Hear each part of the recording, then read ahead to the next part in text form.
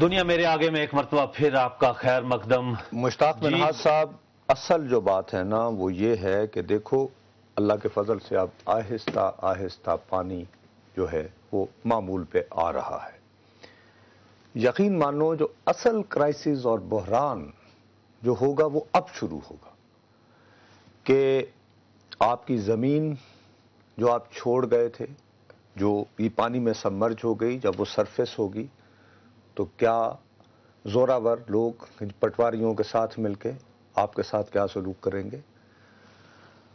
آپ کو مکانات کی تعمیر کا سسٹم کیسے ہوگا، ٹھیک ہے. اور اس سے بھی بہت اہم ترین بات کہ یہ سال 1.5 سال تک تمہارے پاکستان کا تقریباً 30 سے 40% زمین جو ہے اور وہ تمام علاقے، میں تو کہتا ہوں نصرت صاحب ماشاءاللہ بہت بات کی باتیں کر رہے ہیں. میں تو کہہ رہا ہوں کہ سب سے پہلے جو کمپنسیشن اناؤنس ہونی ہے نا، اس کا کیا، اس کی اماؤنٹ کیا ہے؟ ہاں، کیا وہ 20,000 یا 1 لاکھ؟ نہیں، ابھی کہہ رہے ہیں کہ 20,000 وہ تو سے پہلے، یعنی کہ ایک قسط تو وہ ٹھیک ہے. جی راولپنڈی سے کالر جی بالکل. السلام علیکم جی. وعلیکم السلام جی کون سا بات کر رہے ہیں؟ ملک خالد بات کر جی رہا ہوں خالد صاحب. راولپنڈی سے. جی ملک صاحب حکم. ہلو ہیلو جی آپ جی فرمائیں. میرا سوال یہ تھا.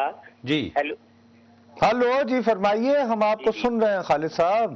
جی آپ اپنے ٹیلی ویژن کو آواز بند کریں گے تو اسی صورت میں آپ ہماری بات سن پائیں گے، ہم آپ کی بات سن پائیں گے بھیا. اچھا جی جی اچھا ٹھیک. جی فرمائیے. اب جی آپ لوگوں کی باتیں سن کے اور یہ دیکھ کے ٹی وی کے اوپر سیلاب کے متعلق حیرانگی ہوتی ہے کہ ہماری حکومت ہے، اس ملک میں کوئی حکومت بھی ہے کہ نہیں جو ان غریبوں کی اتنا پیسہ باہر سے آ رہا ہے، اتنی امداد آ رہی ہے اور یہ لوگ اس لیے روک کے بیٹھے ہوئے ہیں.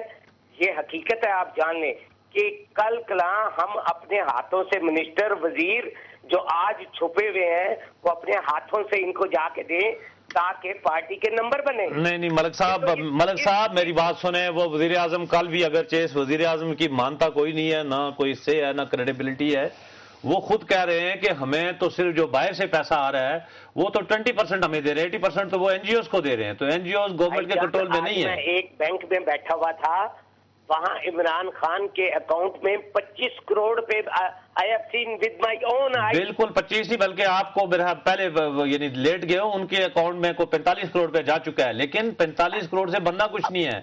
میں وہی کہنے لگا ہوں کہ میں نے پوچھا یار صدر صاحب کے اکاؤنٹ یا وزیر اعظم کے اکاؤنٹ میں کسی نے پیسے جمع کروائے ہیں؟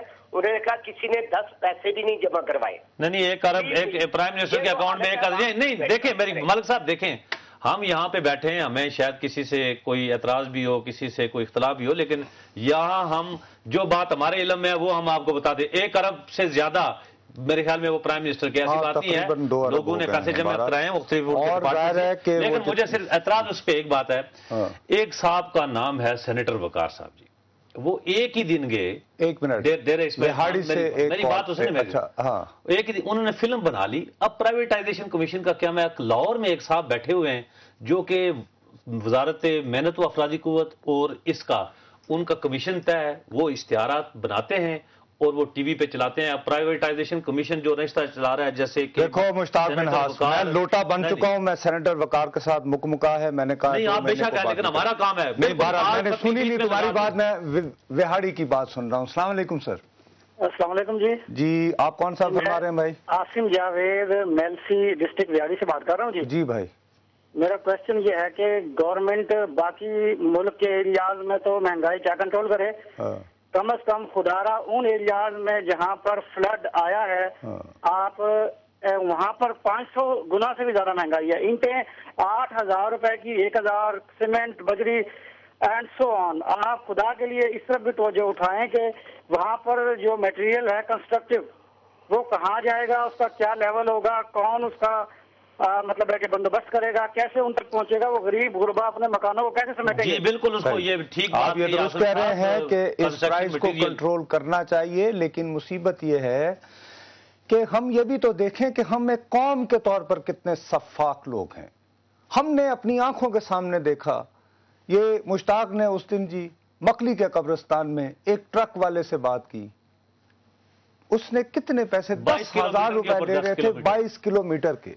یہ جو منافع خوری کی سفاکیت ہے یہ ہمارے اپنے اندر، اور یہی لوگ جو ہیں ان کی اکثریت، ہماری بدقسمتی یہ ہے کہ اب یہ جائے گی کہے گی ہم 5 سٹار عمرے پہ جا رہے ہیں. یہ جو منافقتیں ان کی ہیں، یہ جیسے تمہارے کھلاڑی جو ہیں جوئے شوئے سے مال کما کے آخر میں بغیر مونچھوں کی پیٹ تک داڑھی رکھ کے کہتے ہیں ہم تبلیغی ہو گئے.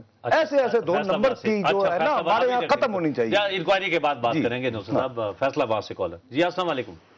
السلام علیکم.